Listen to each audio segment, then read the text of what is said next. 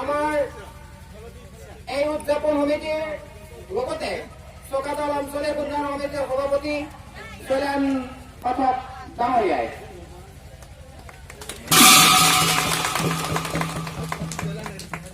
এই চেগতে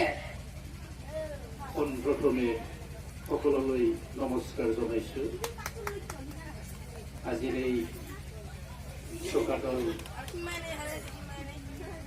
কামনা কৰিছো আৰু এইখিনি কথাটোক মই